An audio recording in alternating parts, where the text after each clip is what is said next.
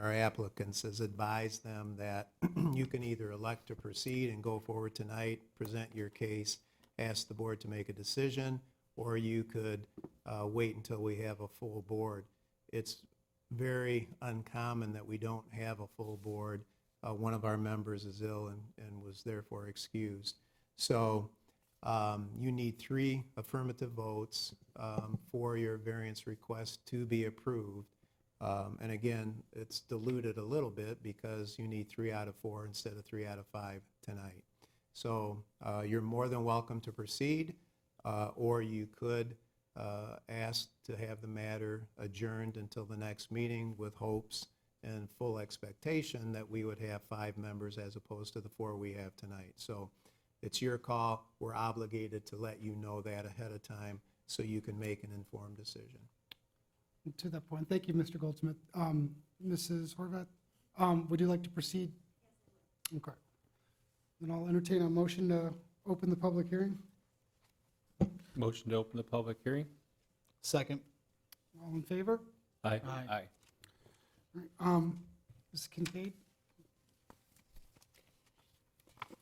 Yes, again, the applicant is Shauna Horvath of 8243 Monroe Road. The variance request is for the same location. Current zoning R3 LVOD, which is the Lambertville Village Overlay District. The current use is single-family and Liberty Farm of Lambertville. The variance is to request temporary structure on approximately 1.91 acres. Per section 400.1702B, Lambertville Village Overlay District, for parcels having a residential underlying zoning, those uses permitted as principal uses in the C1 and C2 districts and mixed-use developments shall be permitted as principal uses, provided that the parcel is contiguous on at least one side to a buildable parcel or a portion of a buildable parcel that is zoned or used for commercial use, or is contiguous to a parcel that contains an existing mixed-use development. This subject site is contiguous to the Lambertville Civic Club, which is being considered as commercial use. The applicant provided a letter from Pastor Gary Singer of God's Grace Church, 8240 Monroe Road, permitting Ms. Horvath to utilize the parking lot of the church for Liberty Farm of Lambertville for additional parking. Site characteristics. The applicant is seeking a variance to place a 20-foot by 40-foot temporary structure on the southeast side of the existing accessory building. There is a pole barn on site. Per section 400-1903.2, temporary accessory buildings and/or structures shall not be permitted of any size unless approved by the Board of Zoning Appeals prior to the placement, and upon approval from the Board of Zoning Appeals, the applicant must secure a valid Bedford Township building permit. Per section 400.2204.1.c.5, permitted temporary buildings and uses shall not exceed a period of 2 years in undeveloped sections of the township, and for periods not to exceed 6 months in developed sections. Per section 400.1903, a 10-foot structure to structure setback and a 5-foot setback from the side yard property line are required in a residential zoning district. Per the submitted plot plan, the location of the temporary structure meets both required setbacks. However, it should be noted that the applicant shall continue to work with the building department and fire department to comply with all building and fire codes, as the Board of Zoning Appeals does not have the authority to grant a variance from building and fire code requirements. The applicant has provided a letter stating the request is to allow the temporary structure from May 15th through October 17th for 2 years, that's 2020 and 2021. The applicant has indicated as the use has become more popular over the years, it has become more difficult to set up and take down the temporary structure in a timely manner to accommodate each event. The applicant is asking the board to consider allowing Liberty Farms of Lambertville to continue its success and permit the temporary structure for the requested time frame. At this time, no letters or calls of objection have been received. However, the applicant has supplied 8 letters of no objection, and those letters and the map was included in your packet for your information. Should the request be granted, the following variances are required. Allow a temporary structure for 2 years, it's 20 and 2021, May 15 through October 17, conditioned upon meeting all requirements of the 2018 International Fire Code and the 2015 Michigan Building Code, and to obtain a valid building permit.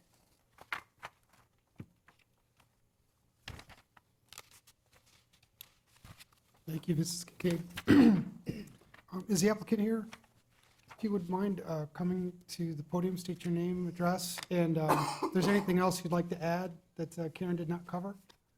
I'm Shauna Horvath. I live at 8243 Monroe Road, Lambertville, Michigan, and I am the owner of Liberty Farm of Lambertville. I think that pretty much covered it all.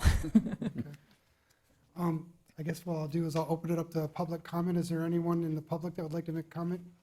Yes, I'd like to make one. Please come to the podium, state your name and address. My name is James Janowitz, 8264 Monroe Road. Now, understanding it's a commercial piece of property? It's commercial. Okay, use. she can run her Village business out of there. overlay My district. only complaint is Friday night, Saturday nights, loud music. You know, now I understand it's commercial property, she can run her business there, but it is annoying. Why don't you step Yeah. up to the Yeah, podium, yeah. ma'am, and address the board? 8264 Monroe Road. Greenhouse. If you don't mind, please step into the mic so we can hear. There's people at home watching. Greenhouse.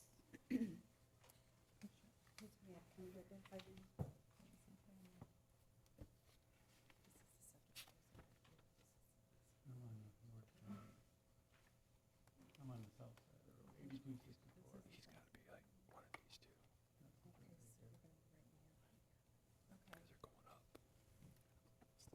We have only ever received one complaint, and the ordinance officer came and talked to me personally. We have since dealt with that. The speaker is inside the barn. We have addressed all the issues that the ordinance officer brought to our attention. I personally have a decibel meter that I go out on the property lines to make sure that at any point in time, usually go out about multiple times throughout the night, about every 30 minutes to check on the volume. I know we had a couple incidences at one point that the music was loud, and it was because I was not there and my assistant was running it. We have dealt with that, so I'm hoping that by the end of the season, you did not hear any music. Yeah, we really worked on that very, very hard, and I'm sorry, I didn't. Okay. We, have been working with the neighbors, and I personally, talk to everyone on a regular basis to make sure that, that we're not bothering anyone. I'm sorry that I will definitely reach out to you, and please, I would love to exchange numbers, and you can let me know if you ever have an issue down the road.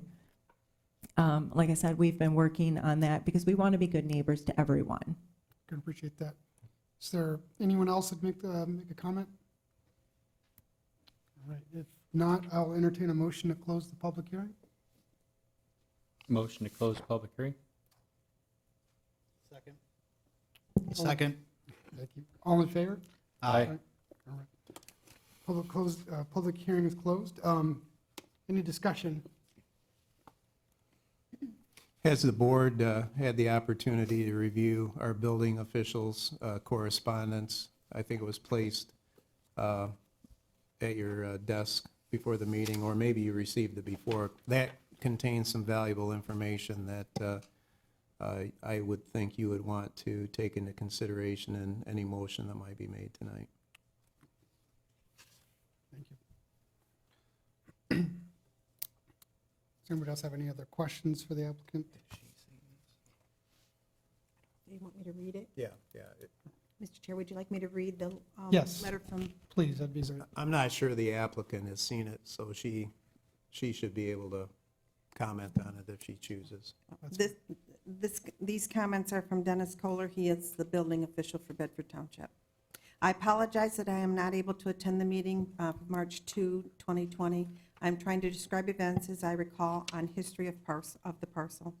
In the past, several years ago, I received a complaint from a person that attended a function at the above referenced parcel. At that time, I was not aware of any venue on Monroe Road providing place of assembly for public.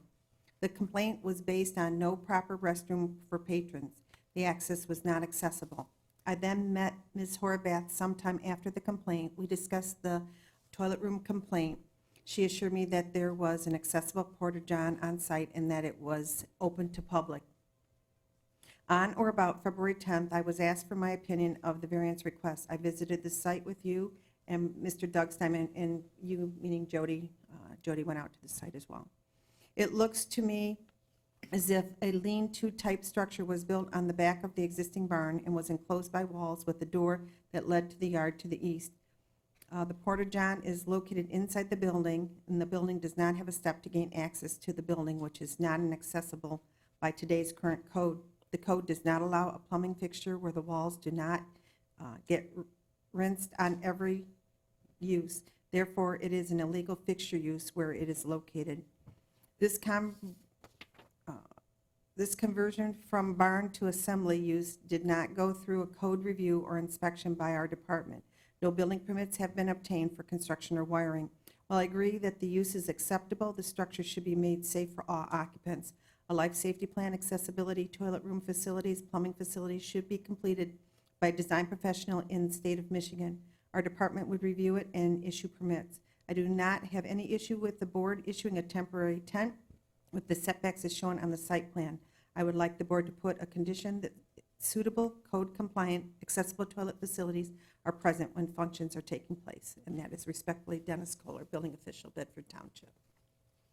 Thank you, Ms. Kincaid.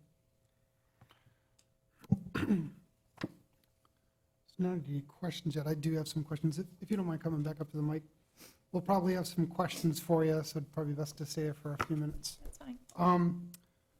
I had some questions around looking at what were the costs. I don't know if you've looked at what the cost would be to put a permanent structure instead of a tent, and if it would accommodate the square footage you'd need.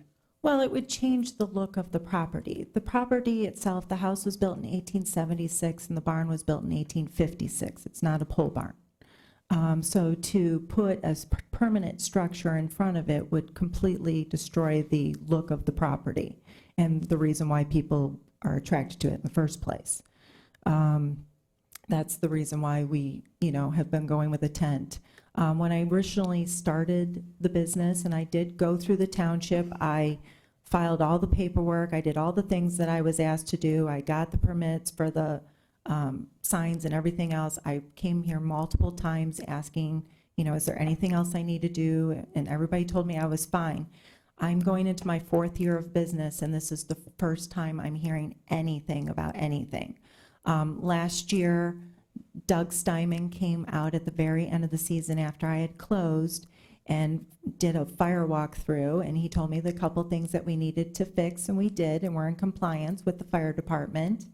And he had told me about the tent and kind of pre-warned me that, hey, for next year, you're probably going to need to make some adjustments for it. So I took the initiative to file this variance because he had kind of said, hey, according to fire code, we're going to need to make the tent a little bit further away from the barn and all that. So that's why I'm doing what I'm doing. Anybody else have any questions? I had a couple more. Yeah, I guess on the tent structure in the 2 years, what is your plan after the 2 years? Probably to reapply. Okay. Question. In the statement you had written and provided to the planning department, I noticed there was the tent company had requested to be able to have the tent stay up permanently. With that said, is there other tent companies or that would be willing to take down and put back up? I don't know if you've looked at any other bids or. So with our particular tent, because we completely line the inside of it with lighting, we hang chandeliers at the very peaks.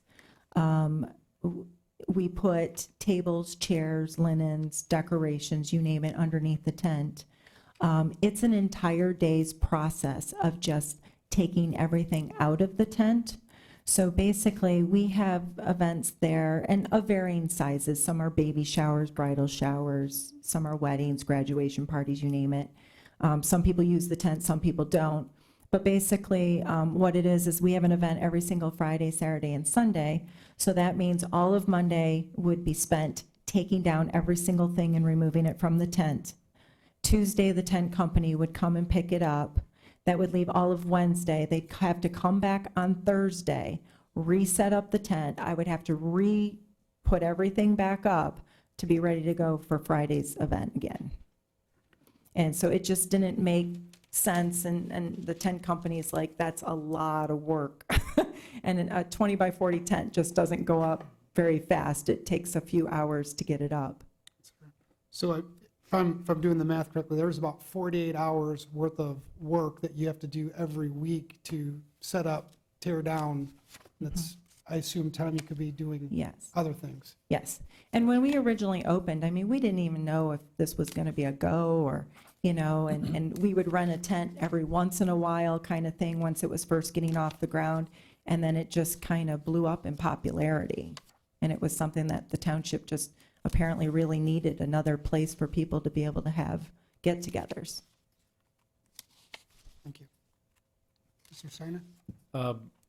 So when you first started, you said basically you didn't know how this would take off. Right.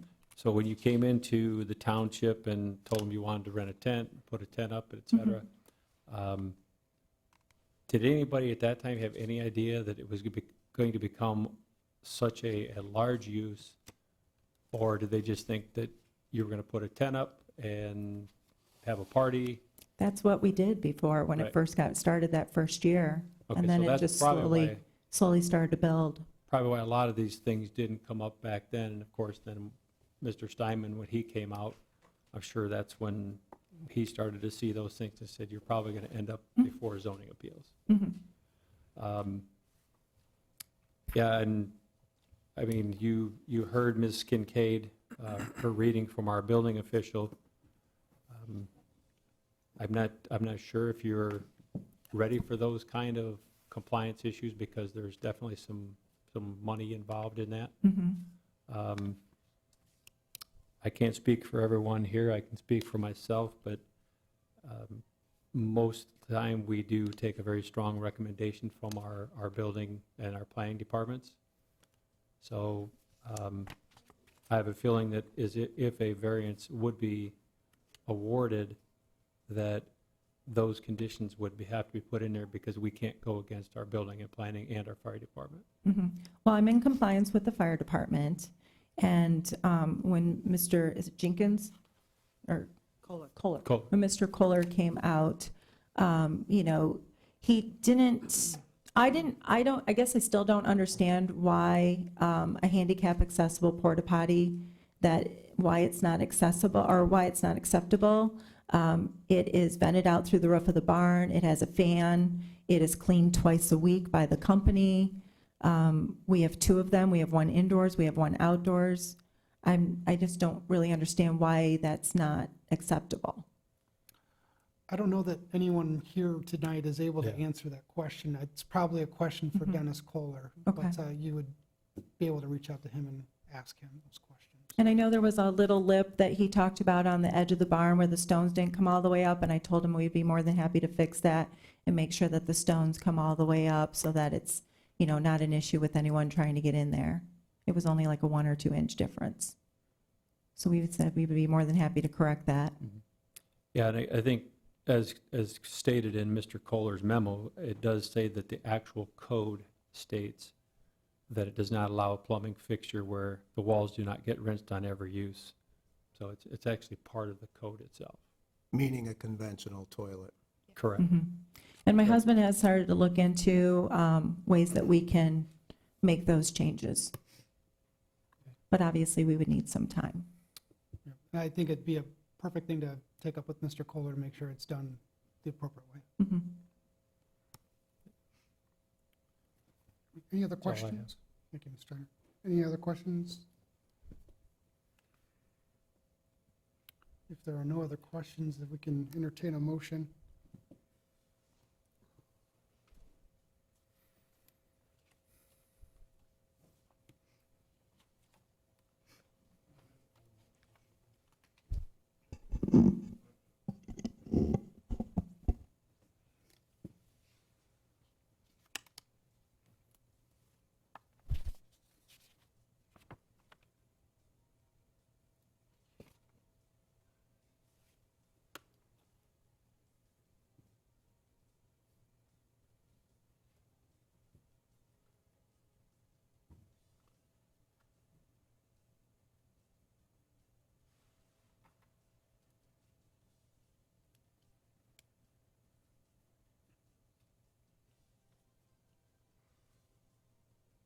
Mr. Lake, I will make a motion. Okay.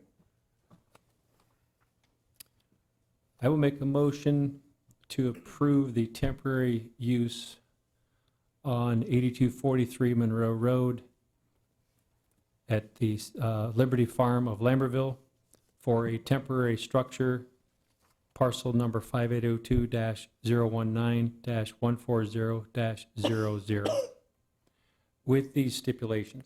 Excuse me. As taken directly from information provided by our building official, there are some things that are noted that it does not have a step to gain access to the building, which is not accessible to the current code.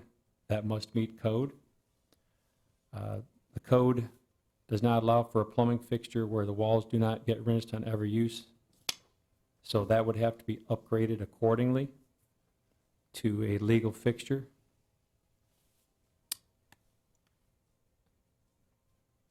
Then also according to Mr. Kohler's memo, a life safety plan, and fully accessible by code, toilet room facilities, plumbing facilities to be upgraded to meet code, and completed by a design professional in the state of Michigan, and the building department would review and issue permits accordingly. They must meet all building code and safety regulations, also meeting all fire codes and regulations, as stated by Mr. Kohler. We have a motion, do we have a second? Yeah, excuse me, I would second that motion with the same stipulations that Mr. Steiner indicated as well. Mr. Chair, Yes. are we going to allow it for the 2 years as requested? Um, Between May 15th and October 17th? Yes, and that was for the variance that time requested, and I did miss one of my notes here. I just want to add one more thing, that it sounds like the applicant has taken care of this, but that the noise issue must stay compliant and kept below certain decibel levels, and no continuous complaints to the ordinance department, or it will be acted on by the ordinance department. Maybe you just want to say with respect to the noise issue that compliance must be achieved at all times with our noise ordinance. Okay. I'll state it that way, and if they do not continue in compliance, that the variance could be revoked. Do you accept those amendments? Yes, I'd agree. Mrs. Kincaid, call the roll. Mr. Steiner? Aye. Mr. Wilson? Aye. Mr. Dersch? Aye. Mr. Lake? Yes. Motion carried. Thank you. All right, we'll move on to the next order of business. It would be the public hearing regarding the appeal of Howard Swan at 9145 Jackman Road. Looking for a motion to open the public hearing. Motion to open the public hearing? We have a second? Second. All those favor? Aye. Aye. All right, Ms. Kincaid, if you would, please. Yes, again, the applicant, Robert Swan, the Howard Swan Estate, 9145 Jackman Road. The variance location is the same. The property numbers, I will do that later. 100 square foot accessory structure area variance is what the request is. A minimum of 330 feet of frontage and 5 acres in area is required in an agricultural zoning district, while vacant parcel 5802-016-052-12 consists of 18.71 acres with 294.50 feet of frontage, plus they have a 30 feet separated by the second subject parcel, which is not calculated as continuous frontage. And parcel number 5802-016-05300 consists of 0.56 acre and has 110 feet of frontage on Jackman Road. Neither of the parcels comply with the minimum requirements of the agricultural zoning district. It should be noted that both parcels are lots of record and that they are legal nonconforming parcels and can be utilized for uses permitted in an agricultural zoning district. The applicant is seeking to increase the area of the smaller parcel where the home is located from approximately 0.56 acre to 2.5 acres by increasing the frontage by 30 feet that is located to the north and part of the larger vacant parcel, and shifting the west property line west to the Brant Drain, which is private drain, continuing to the south property line along Tracy Drain, which is also a private drain. The parcel would include the two accessory structures totaling 5,000 square feet in an area where 4,000 square feet of accessory structures is permitted on a 2.5-acre parcel. A variance on the area of the resulting parcels is not required, as the decrease in acreage on the larger parcel is not reduced to less than the required 5 acres, and no change is being made to the existing frontage of the parcel. As well, the smaller parcel, while not complying with the agricultural frontage and acreage requirements of the agricultural zoning district, is being brought closer to compliance in that the frontage is being increased from 110 feet to 140 feet, and the area is being increased from 0.56 acre to 2.5 acres. It should also be noted that the shifting of property lines is not resulting in the creation of a new parcel. At this time, no letters or calls of objection have been received. However, an email was received on February 24th, 2020 from the property owner to the east of the subject property expressing support, and the property owner to the north visited the planning department and expressed no objection to the variance. Should consideration be given to this request, the following is required: a 1,000 plus or minus square foot accessory structures area variance to allow the combined square footage of the two existing accessory structures. It should be noted that the shifting of the property lines will result in the structures being included on the parcel containing the existing home. Thank you, Ms. Kincaid. Do we have the applicant here? If you don't mind stepping to the podium, state name and address, and add anything on to what Mrs. Kincaid has already provided if you'd like. Just if his friends are watching, he was here before anybody.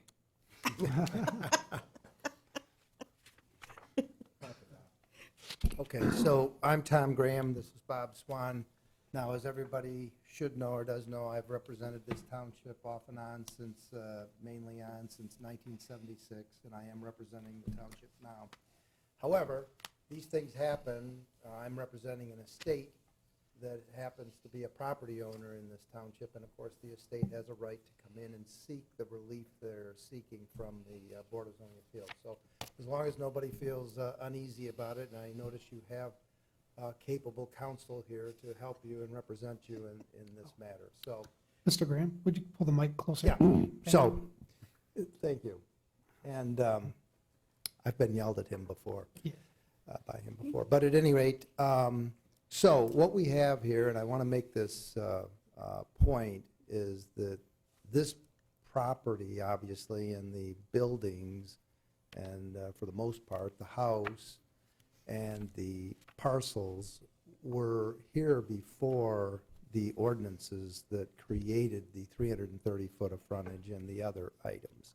So this is we used to say when representing the Board of Zoning Appeals that, you know, this is a pre-existing situation. We're not here trying to create new parcels or changing the parcels. We're not trying to build new buildings. We're not trying to make any of those type of changes, and we're not trying to make a split for economic purposes. And I would say because it's an estate, another thing we used to say is that this is to help settle this estate in that to sell the home, which is what they want to do, to leave buildings off of the home site just wouldn't make any sense. It would make the house harder to sell. Further, one of the other things we always used to say is that when there are natural borders, we try to accommodate those, and there are ditches in this property that make this a sensible application. And I guess the fourth thing I would say is that we have this oddity of the 30-foot strip on the north side of the property, and so it's a split frontage, which we try to not have in the township.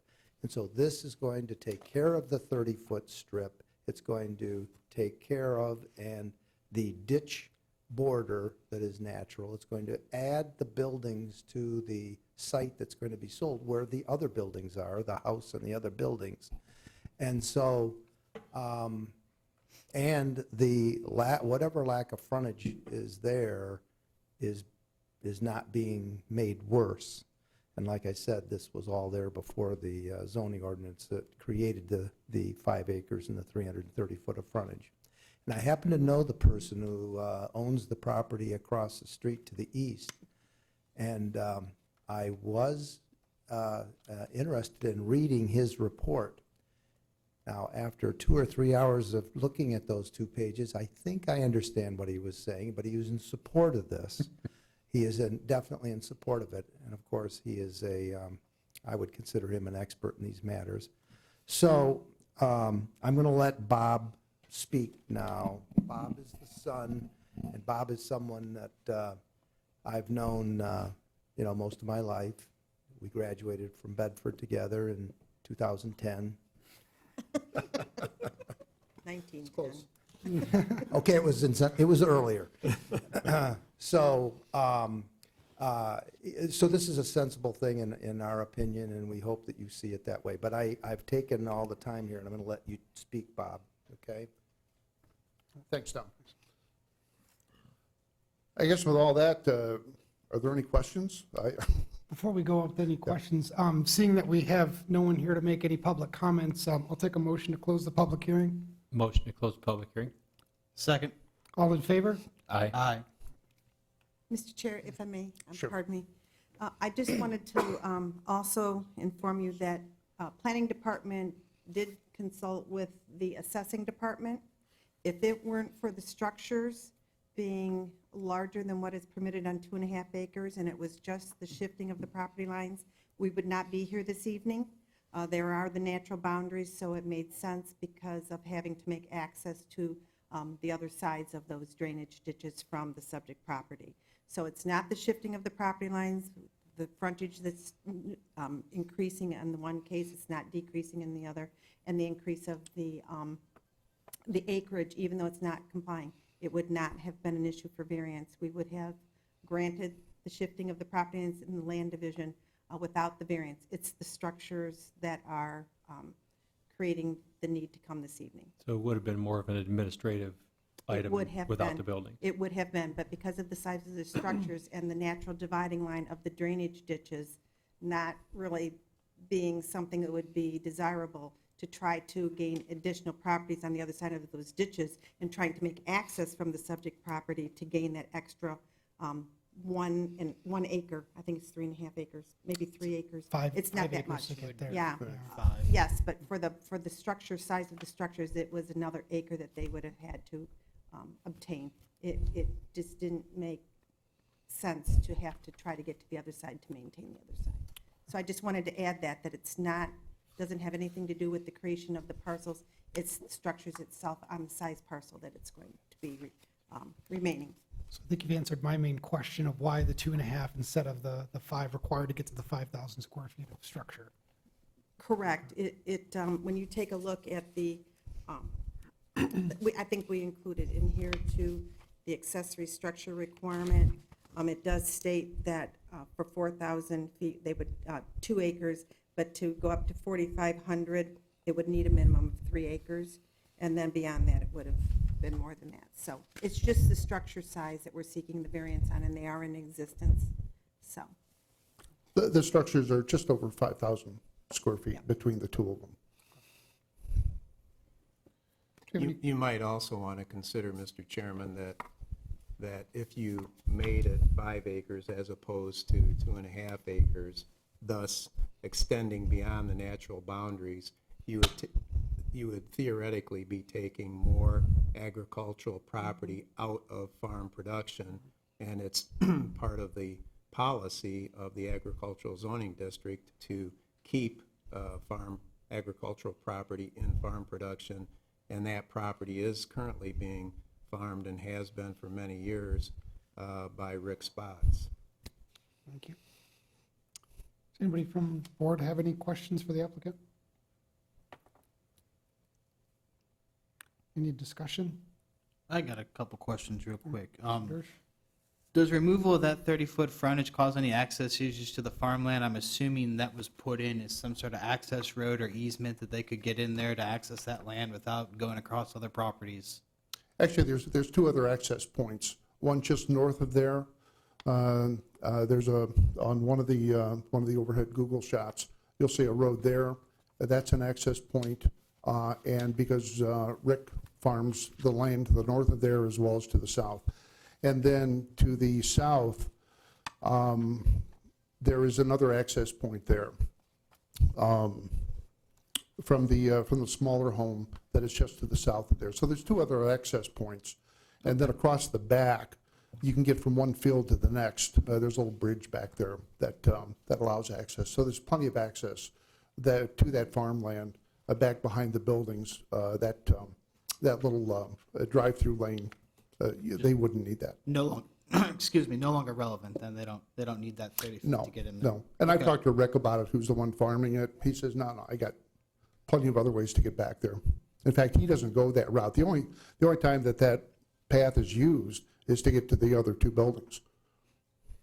Okay, then one more question for you. I drove by, the buildings look like they're in pretty good shape. I mean, there's no need to tear them down or anything like that to get it below that square footage limitation. I know the property is being sold, so our recommendation would be if they were in any disrepair, that would be to take them down instead of granting the variance potentially. No, they're in good shape. There's stuff being stored there. I was in there today and moving some stuff around, and they're in good shape. Okay. That's all I have, Mr. Chair. Thank you. Any other questions? There are no questions. Ready to entertain a motion if someone's ready.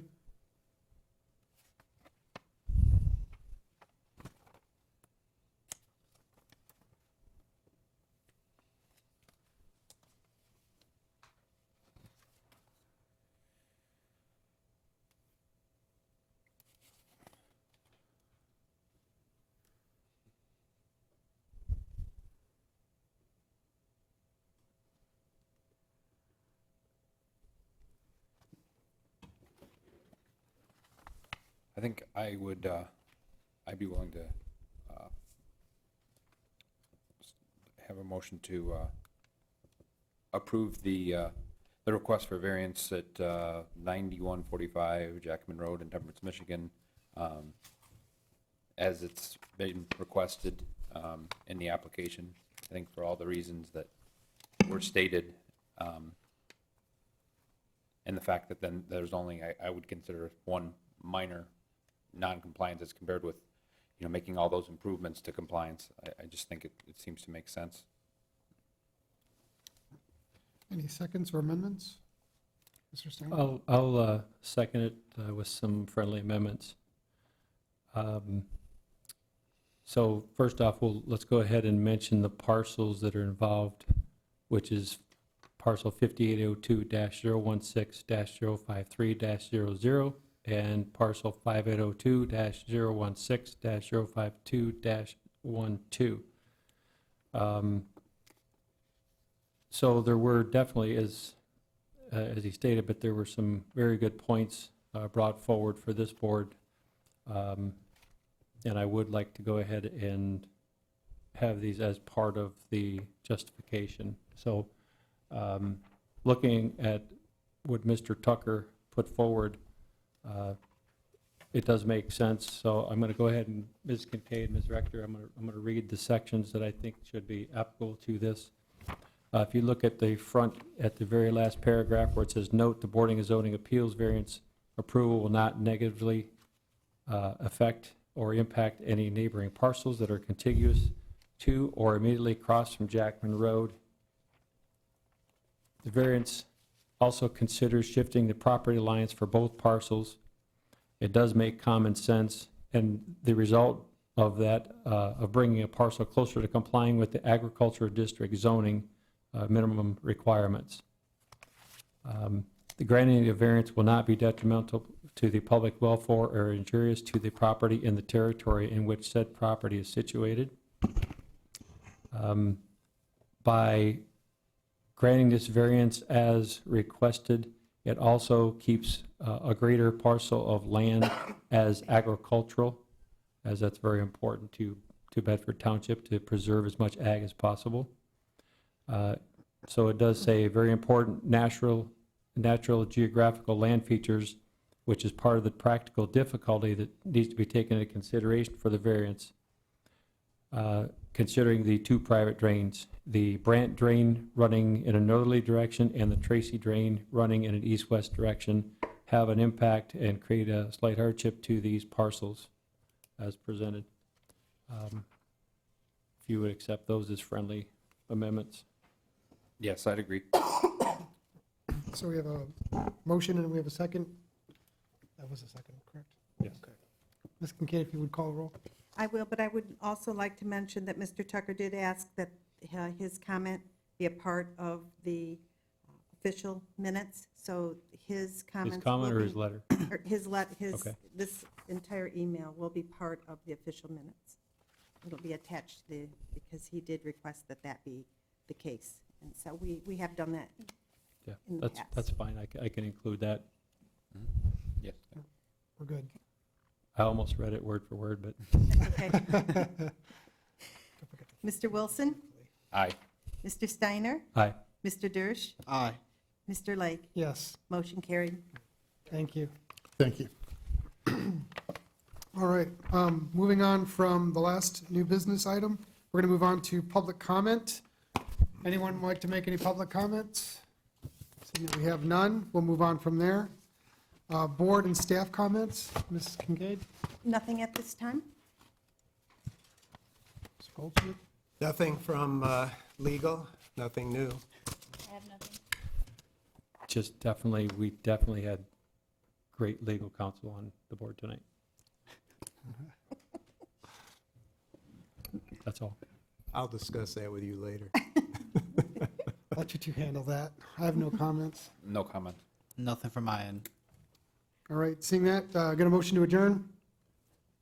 You want to make a motion? Oh, forget, we're adjourned.